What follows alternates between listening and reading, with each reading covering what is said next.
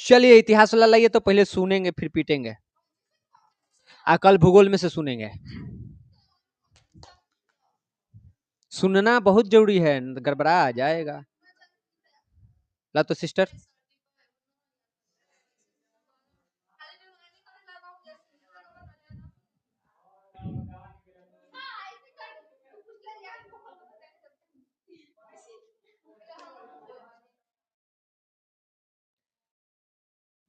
चलिए गुड़िया कुमारी,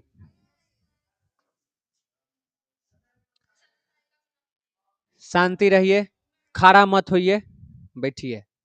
अब फ्रेम में आ जाती हैं। सब कोई शांत है। पहले कुछ 2-4 प्रश्न सुन लिया जाए, फिर पढ़ाते हैं, क्योंकि 2 पार्ट में है, तो दोनों दिन सुनेंगे पढ़ाएंगे। चलो मैया, तुम हमको बताओ, किताब उल हिंद कौन लिखा है? एल्ब्रूनी। इसको और किस नाम से जानते हैं? ठीक है। एल्ब्रूनी किसके साथ भारत आया था? उसका जन्म कहाँ हुआ था एल्ब्रूनी का? किसने नारियल और पान के पत्ते का वर्णन किया है? इब्न बतूता किया है। ठीक है, शांति रही। ओए लड़की, हाँ तू ही बताओ, एल्ब्रूनी का जन्म कब हुआ था? कहाँ हुआ था? कुछ नहीं याद है? ये वो धरा गल। ओए लकड़ी, बताओ, इब्न बतूता के किताब का नाम बताओ। किताब के नाम था उसका? इब्न बतूता के किताब का क्या नाम था? इब्न बतूता का जन्म कब हुआ था? 1900। खाली साल बताओ ना, सब कुछ न जाने ला है।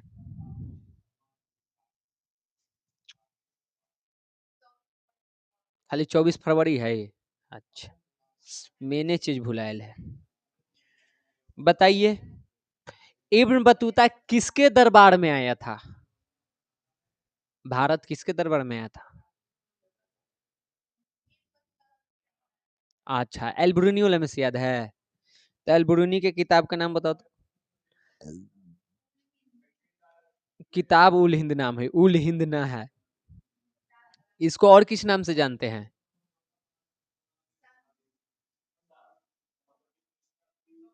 एक उधर महायज्ञ होगा। एल्ब्रूनी कहाँ के था? ख्वीज तो ना कहीं बोल लिए हम। ख्वारिज्म तो या खीवा बोल ली है, ख्वीज कहाँ बोल ली है? तोरो बेटा दम, रुको ना तू। कब जन्म हुआ था इसका? किसके साथ ये भारत आया था? मोहम्मद गजनबी के साथ है। ठीक है। इसकी मृत्यु कब हुई थी? उम्र बता दे, किताबे से चलते हैं, चल उम्र बताओ। हाँ। किताब उल हिंद कब लिखी गई?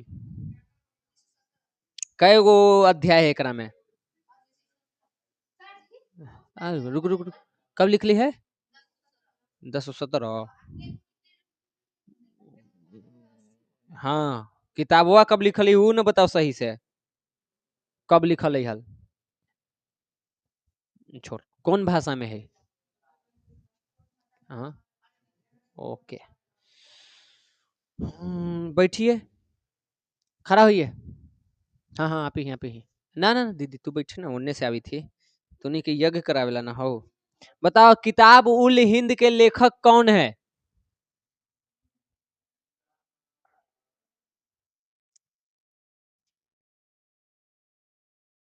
रिहल्ला के लेखक कौन है? सीधे पास है, बैठिए, नो टाइम बकवास। ना यार, रिहल्ला के लेखक कौन है? इब्न बतूता भारत किसके दरबार में आया था?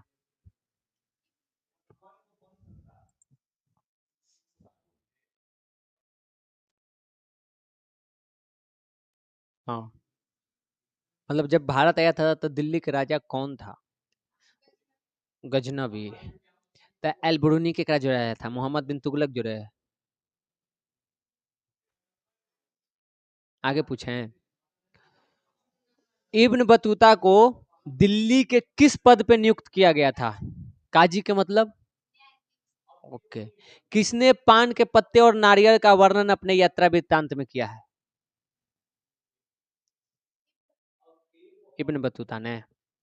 ओके। आप हमको बताइए, एल ब्रूनी किसके साथ भारत आया था? मोहम्मद गजनबी के साथ। महमूद है, मोहम्मद ना है।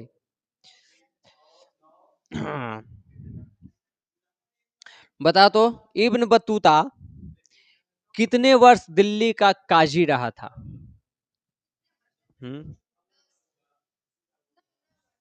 9 वर्ष है।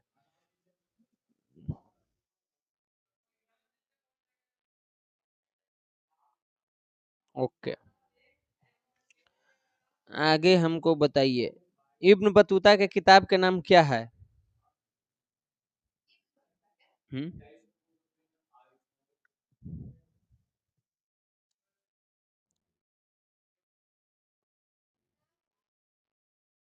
किताब उल हिंद है। हाँ वो है अल हिंद है। उल हिंद हो वही पहले तो। बैठा बैठा। सही बोल रही है? याद है? सुनाए बा? तो पूछी तो ही कि हम बोले कि इब्न बतूता की किताब के नाम का है तो करे किताब उल हिंद। सही बात है? तो सही बताओ। हाँ, ना पता है। ओके। बताइए तो, इब्न बतूता कहाँ के था? हाँ, कहाँ जन्म हुआ इसका? इब्न बतूता का जन्म कहाँ हुआ था? क्योंकि मेरे को नहीं मालूम। मेरे को मालूम ही नहीं है कहाँ हुआ। मैं थोड़े ना उस टाइम पे थी। तो, तो मेरे को मालूम ही नहीं है। अब वही ना पता चल रहा हो। चलता आगे बता। कब हुआ था ये बता सकती है? हाँ, 1304। तो 973 में किसका हुआ है? अलबरूनी का। कहाँ हुआ था इसका जन्म? ख्वारिज्म में। ठीक है। ओके। इब्न बतूता किसके दरबार में आया था? भारत किसके दरबार में आया था? मोहम्मद बिन तुगलक के। मोहम्मद बिन तुगलक ने इसको कौन से पद पे नियुक्त किया? कितने वर्ष रहा? उसके बाद कहाँ चल गए? घर चल गया था। आ घर से फिर गए चीन। कै दिन ला जेल में था? चुप रहा। अपन घरी बोली ना हलवा निकली। नहीं पता। बैठो। याद है? किताब ली? संडे कल हले लेब कल है। तू दोनों वही कैटेगरी से है। तुम दोनों जी सुना ना है?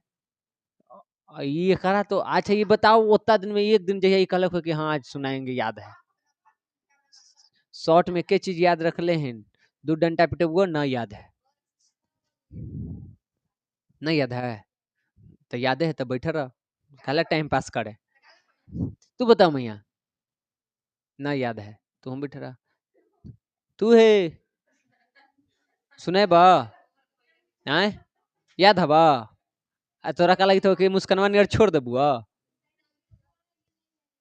नहीं याद है बस। खड़ा हो मैया। खड़ा हो, थोड़ा सा फरिया लेते हैं। बताओ, मोहम्मद बिन तुगलक कहाँ का सुल्तान था? हाँ, कहाँ के राजा हले वो? दिल्ली के।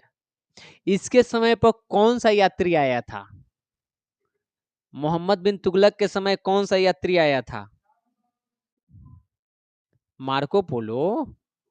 और अरे थोड़ा सा घुमा तो रहे क्वेश्चन के आंसर, आंसर के क्वेश्चन। उहे में सीताराम हो गलन।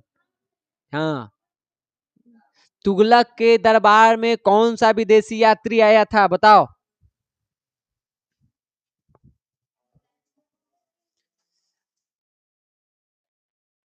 आए? अच्छा एगो बात बताओ, सवाल बताओ, इसे समझो क्या पूछ रहे हैं। एल ब्रूनी किसके साथ भारत आया था? अब हम पूछेंगे कि मोहम्मद बिन गजनबी के साथ कौन भारत आया था। तो वह तो पूछ रहे हैं, पीछे हम कुछ और पूछे थे, अभी पूछ रहे हैं कि मोहम्मद बिन तुगलक के दरबार में कौन आया था? एल ब्रूनी आया था। का नाम होली ओकर? हैं? अभी हम पूछते इब्न बतूता किसके दरबार में आया था, तब बोल देती मोहम्मद बिन तुगलक। अब हम पूछे मोहम्मद बिन तुगलक के दरबार में कौन आया था, तो मोहम्मद गजनी। गजनी कहाँ तो हले, गजनबी तो हले, गजनी कहाँ हले? सीताराम हो गया। बताओ कौन से पद पे नियुक्त किया गया था, किसको? हाँ, इब्बत बतूता ना, इब्न बतूता। ठीक, टिक मार लेगी, लेकिन आपको ये ध्यान रखिए कि आप टिक मार लेंगे, आपको आंसर राइटिंग भी तो करना है। आप शुद्ध बोलना ही नहीं आएगा तो लिखिएगा कहाँ से? पहले बोलना सीखिए। बताइए इब्न बतूता सिंध कब पहुंचा था? हाँ, 1333 में पहुंचा था। ठीक, इसको मोहम्मद बिन तुगलक ने किस देश की यात्रा पर भेजा था? ठीक, चीन में राजा से मिला था, तो कहाँ गया था? कालीकट आके घरे गया था, भारत आके घरे भागा था। इसके किताब का नाम बताओ। तारीख फिरोज शाही हैं? आ करबे तब बरनी कुछ करी थलथिन, दिया बाड़ी थलथिन है पटाखे। के किताब का नाम था रिहल्ला। अब वो ये खुद नहीं लिखे हैं, ये तो बोल रहे थे, लिखने वाला कोई और था। ठीक, चलो बात खत्म करो। तो ये क्लास 1.5 गो बचल था, यानी 1 गो आधा। तो हम सोचे कि एक दिन सुन लेते हैं, फिर कल भी सुन लेंगे, आधा आधा करके 2 दिन क्लास भी करा देते, रिवीजन रहेगा, ऑब्जेक्टिव करने में आसान रहेगा। आए? हाँ जी, जहिया ले यज्ञ है वहिया ले सुनेंगे। ईर्ष्या तू ना गई मेरे मन से, उसको अपने मन से हम नहीं जाने देंगे, जलन है अंदर। हाँ, हम जल रहे हैं, महकी थी ना। हाँ देख, आज ही में पढ़वे इब्न बतूता बतलई है कि कुछ आदमी के बारे में, कि वो आदमियों के गोड़ हाथ के भून भून के खा जा ले, लेकिन यहाँ ना मिलतू, किताब में मिलतू। चलो इधर आओ। हम लोग पढ़ रहे थे इब्न बतूता के बारे में, और सामाजिक व्यवस्था तक हम लोग पढ़ लिए थे, समाज में कैसे लोग रहते थे, उन सारी चीजों को हम लोग जान लिए थे। आज हम लोगों को पढ़ना है सती प्रथा और दास प्रथा से शुरू करना है। किसके नजरिए से सती प्रथा को देखेंगे हम? इब्न बतूता के नजरिए से। ऐसे हम लोग एल ब्रूनी को पढ़े थे, तो एल ब्रूनी ने भी सती प्रथा का वर्णन अपने यात्रा वृत्तांत में किया है। वो भी बताया कि सती प्रथा का प्रचलन था, लेकिन सिर्फ और सिर्फ रजवाड़े घरों में। ठीक, अब यहाँ पे देखिए, इब्न बतूता ने भी सती प्रथा और दास प्रथा के बारे में उल्लेख किया है। वो कहता है कि मैंने स्वयं एक हिंदू स्त्री को श्रृंगार करके घोड़े पर सवार होकर सती होने के लिए जाते हुए देखा है। यानी वो जो अपने यात्रा वृत्तांत में जो वर्णन किया है, वो उसका आंखों देखा हाल है जो लिखा है। तो इससे हमें ये समझ में आती है कि उस टाइम पर ये चीजें चलती थी। इसका टाइम कौन है जी? 14वीं 15वीं, मुख्य रूप से 14वीं में रह जाएगा। 14वीं शताब्दी है ना, तो 14वीं शताब्दी में था कि नहीं था सती प्रथा जी? ठीक, तो इसका वर्णन भी किया है, और एक चीज की और कहा है, वर्णन किया है, वो है जौहर प्रथा। एक जगह पे वो देखा था, ये चीज, जगह के नाम है कामपिल, वहां पे जौहर प्रथा को देखा था, उसका भी उल्लेख किया है। अब तनी सुन मैया, शांति रहो, ओहे पार है, शांति बैठो। सुनो, सती प्रथा और जौहर प्रथा क्या था।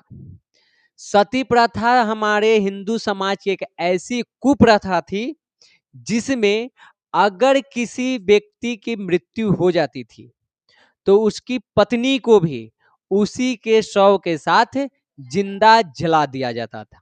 ये था सती कुप्रथा। ठीक, उसके बाद है आप लोगों का जौहर प्रथा।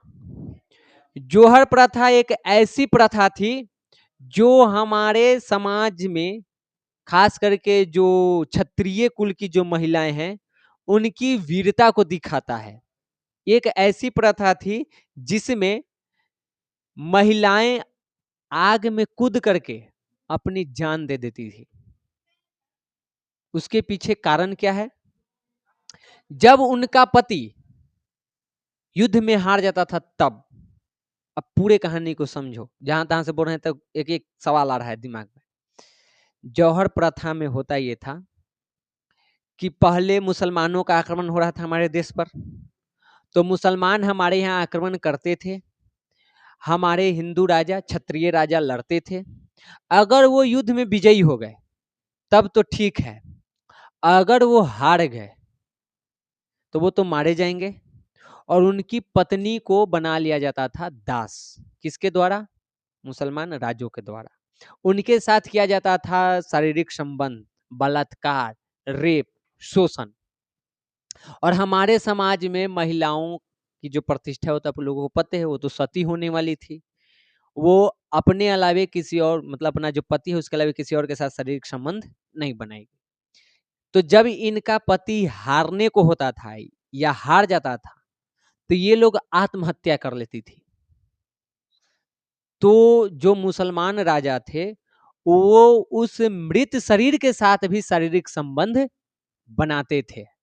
समझ गई? तो इन सारी चीजों से बचने के लिए हमारी महिलाओं ने एक नियम लाया कि मेरा पति या उसकी जो सेनापति है, सेना है, सब है, सब गया, राजा उसका सेनापति सेना युद्ध करने, और रानी, सेनापति की पत्नी, बाकी सैनिक की पत्नी सब एक साथ वहीं महल में बड़ा सा गड्ढा खोद के उसमें आग लगा करके तैयार रहती थी। अगर न्यूज आया कि राजा बच गया है तब तो ठीक है, लेकिन अगर न्यूज आया कि राजा हार गए, पराजित हो गए या मारे गए, उसी क्षण वो सारी महिलाएं उसी गड्ढे में कूद करके अपनी जान दे देती थी, अपना शरीर ही नष्ट कर लेती थी। उसी प्रथा को कहा जाता था जौहर प्रथा। और इस प्रथा को इब्न बतूता ने अपनी आंखों से देखा था। दोनों चीज समझ में आ गई, सती प्रथा और जौहर प्रथा। सती प्रथा के बारे में आप लोग जानते होंगे पहले से, जौहर प्रथा शायद आपके लिए पहली बार होगा। ठीक, उसके बाद एक और प्रथा थी दास दासियां। ये जो युद्ध में हारे जाते थे या कर्ज में डूब गए तो इन लोगों को गुलाम बना लिया जाता था और इनको बाजारों में खुलेआम बेचा जाता था, वस्तु के जैसा दाम लगाया जाता था।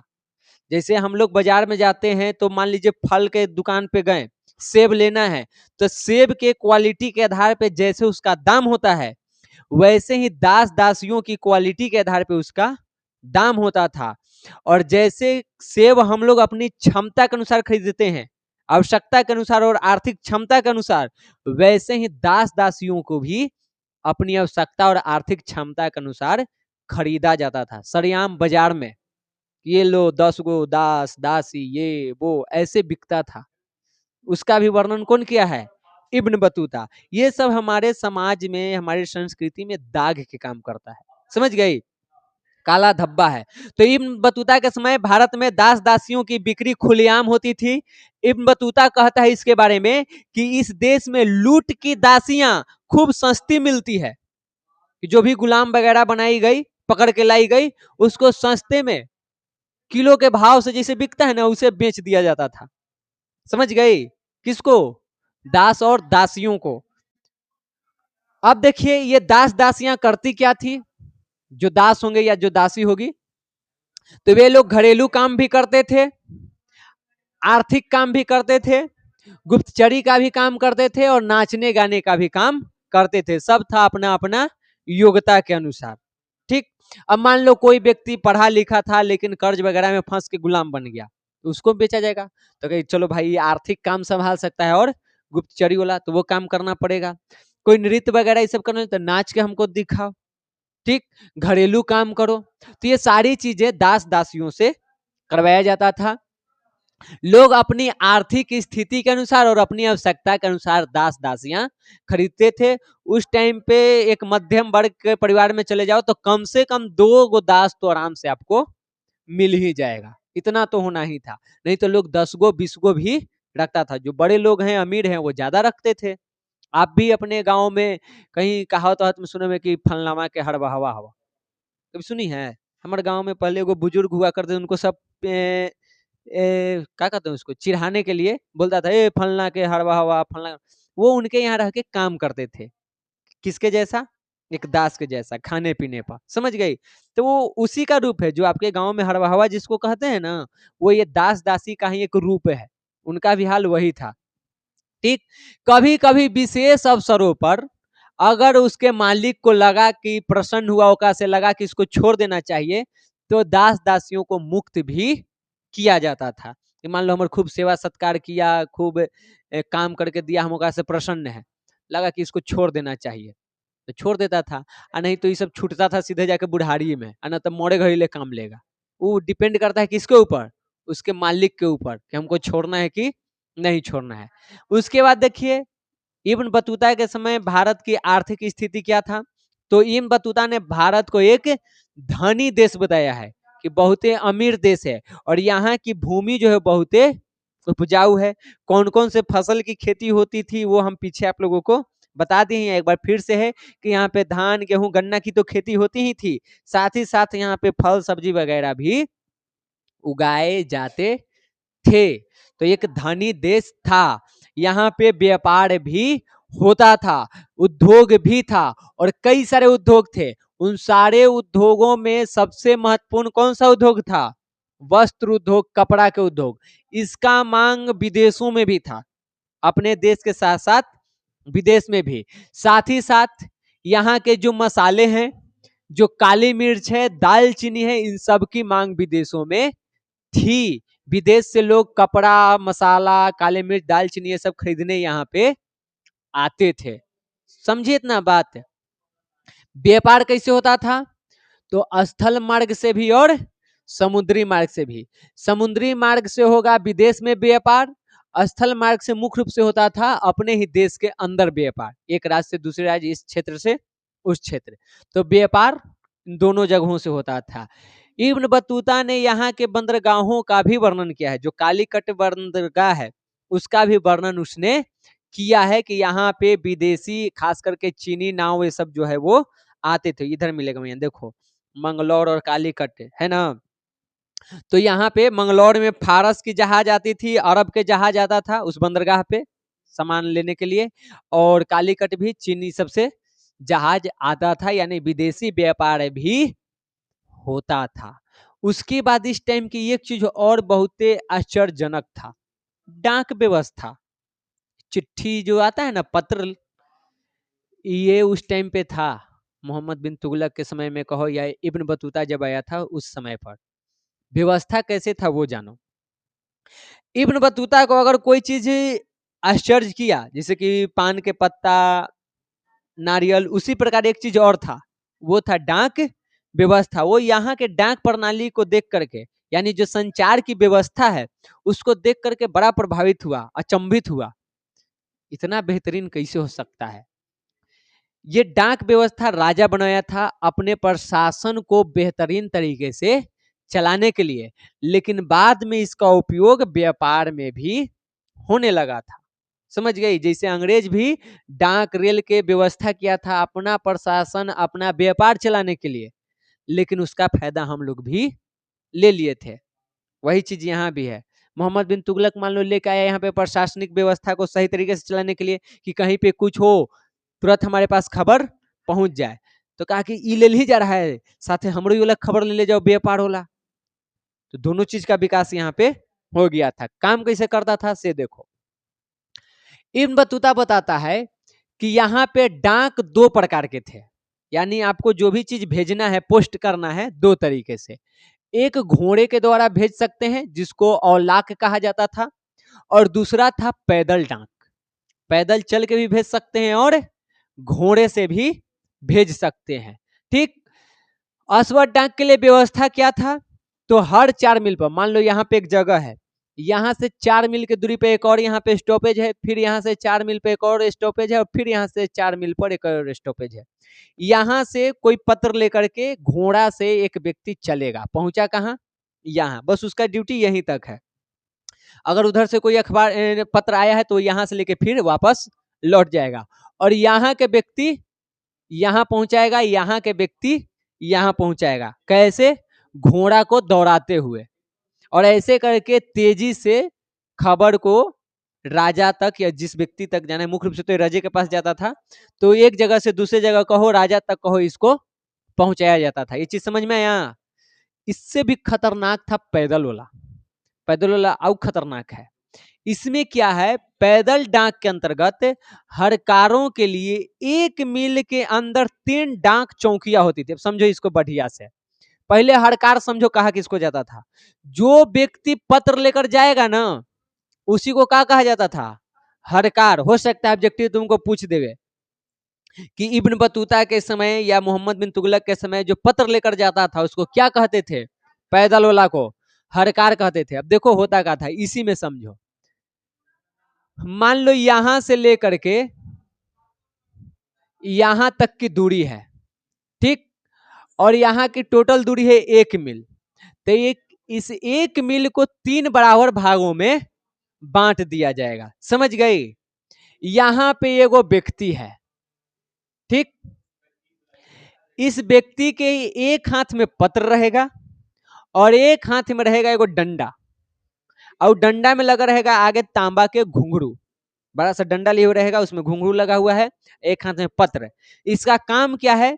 जैसे यहां पत्र आया, जितना तुम में ताकत है पूरी ताकत के साथ दौड़ के तुमको यहां आना है, दौड़ते हुए।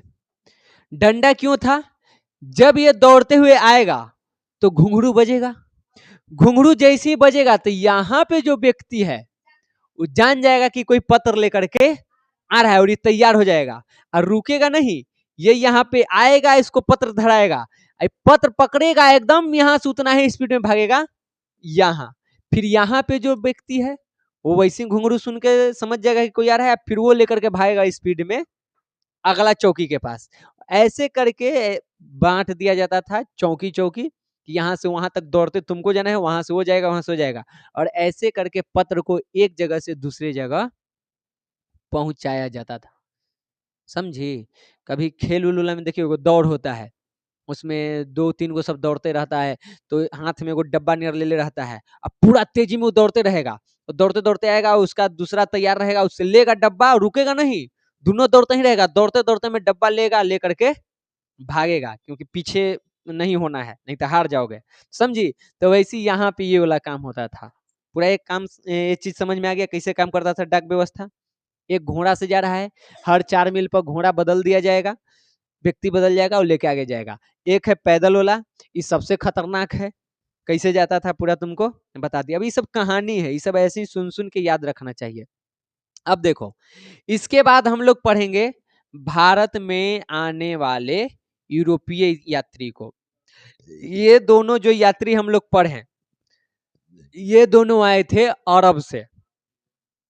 अरे तो उन्हीं ना है, ईरान है, इराक है, ठीक, तो उस क्षेत्र से आए थे।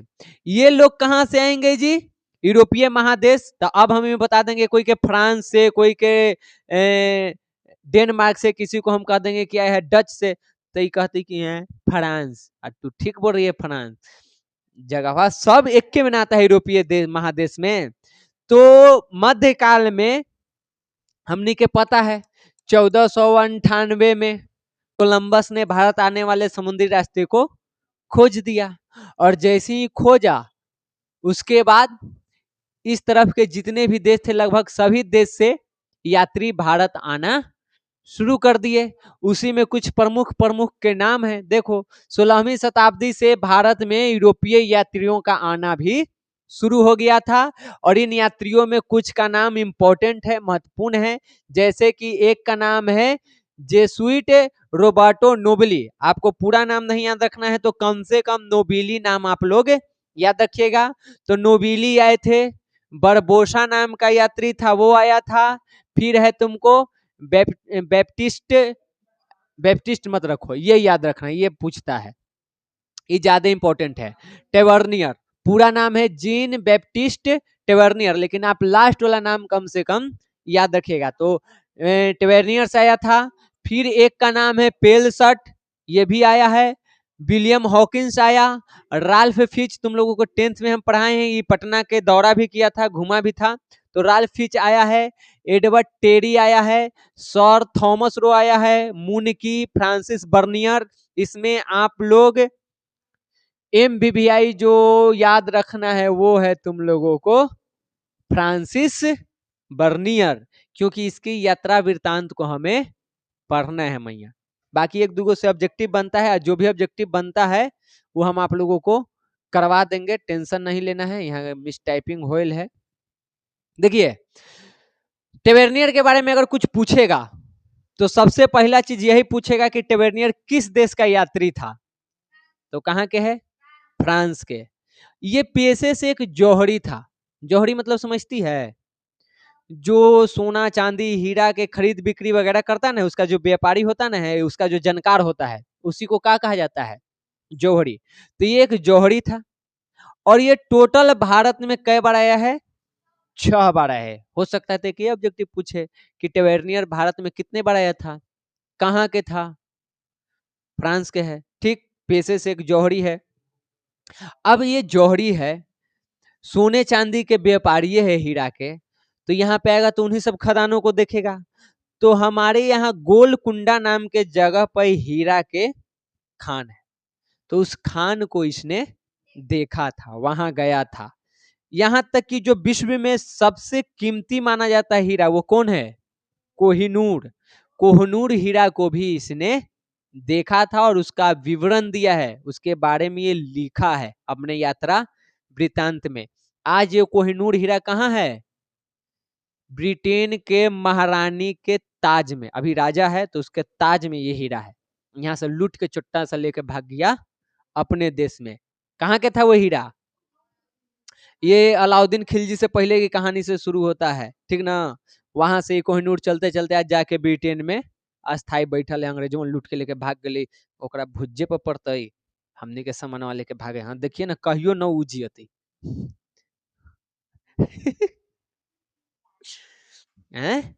सुनबे कान दे खून निकाल दो हम गाड़ी बक लगम था। अब देखिए, अब वो 6 बार आया क्यों? तो देखो मैया, वो 6 बार आया नहीं है, उसको बार बार बुलाया गया है। यहाँ के जो राजा होते थे ना, खास करके उस टाइम पे मुगल वंश के शासन चल रहा था, तो मुगल राजाओं ने इसको बुलाया था। किस लिए? जब भी सोना चांदी हीरा ये सब निकलता था ना, ओरिजिनल है कि डुप्लीकेट है, कितना बढ़िया क्वालिटी है, खराब क्वालिटी है, इसकी जांच करने के लिए उसको यहाँ पे बुलाते थे। समझ गई? यहाँ बताया गया है कि शाही खजाने और जवाहरातों के मूल्यांकन के लिए उसको यहाँ पे बुलाया जाता था। आपको टेवर्नियर के बारे में और ज्यादा पढ़ने के लिए कहाँ मिलेगा? मुगल काल में, क्योंकि जब ये आया था उस टाइम पे किस वंश का शासन था? मुगल काल के। और टेवर्नियर के यात्रा वृत्तांत से हम लोगों को मुगल काल की ही जानकारी भी मिलती है। दूसरा आप लोग ये याद रखिएगा कि पेलसट जो है वो कहाँ के व्यापारी था? तो वो था डच व्यापारी, और ये 17वीं शताब्दी में भारत आया था।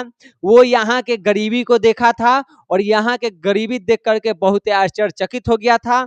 उसने कहा था कि यहाँ के लोग इतने अधिक गरीब हैं, इतनी गरीबी में रहते हैं कि उनके पास पेट भरने के लिए एक सूखी रोटी मिलना भी मुश्किल है। इतना हालत खराब है। किसका? यहाँ के लोगों का। लेकिन अब इसमें हमारे इतिहासकार को लेकर के कई सारी समस्याएं आती है। थोड़े समय के आगे पीछे की बात है। टेवर्नियर आया 16वीं में, या फ्रांसिस बर्नियर 16वीं में, और ये आया है 17वीं में। 100 साल के बीच के बात है। इतने में एक व्यक्ति कह रहा है कि भारत बहुते धनी है और एक कह रहा है कि भारत बहुते गरीब है। उसमें यह भी हो सकता है कि टेवर्नियर पहुंचा सीधे मुगल वंश में, ओकर दरबार में, वहां के शानो शौकत को देखा, लगा भारत अमीर है। ये पहुंच गया होगा किसी गरीब गांव में जहां की हालत एकदम रद्दी होगा। तो कई सारी इसमें फिर सवाल भी दिमाग में आते हैं। लेकिन जो भी हो, इन लोगों ने ये वर्णन किया है। समझ गई? तो ये सारी चीजें हैं। इसके अलावा और भी है, कई चीज जगह पे बताया गया है कि ये इसी में ये बताया है 65 कि यहाँ पे वो 3 गो महिला को देखा था जो महीनों से मरे हुए एक घोड़े को खा रही थी। मरा हुआ घोड़ा था, उसको खाल उधेड़ कर उसको खा रही थी। साथ ही ये बताया कि मैंने एक ऐसे भी व्यक्ति को देखा जो मनुष्य के पैर को भूनकर आग में और उसको खा रहा था। तो कुछ ऐसी बातें हैं जो हमारे इतिहासकार चाहे हम मानने को तैयार नहीं होते हैं। हो सकता है वो सच भी रहा हो सकता है वो ऐसे ही लिख दिया हो, लेकिन जो वर्णन किया है उसको तो हम लोगों को जानना ही है, क्योंकि और कहीं से इसका प्रमाण नहीं मिलता है। एक दो जगह और मिलता तो हम मानते, लेकिन और कहीं नहीं मिला है। समझ गई? क्या पता वो कोई आदिवासी वाला जगह में चला गया होगा, देख लिया होगा, तो उसकी सारी बातें सच है, ठीक? नहीं तो अब एक विवाद का विषय है। तो आज आप लोगों को इतने हैं, कल इस चैप्टर को हम लोग खत्म करेंगे। कल हमारा टॉपिक रहेगा फ्रांसिस बर्नियर के परिचय, उसका किताब और उसने अपने किताब में जो लिखा है वो। समझ गए? और उसके बाद ये खत्म। बुधवार को इसका ऑब्जेक्टिव चैप्टर ये भी समाप्त।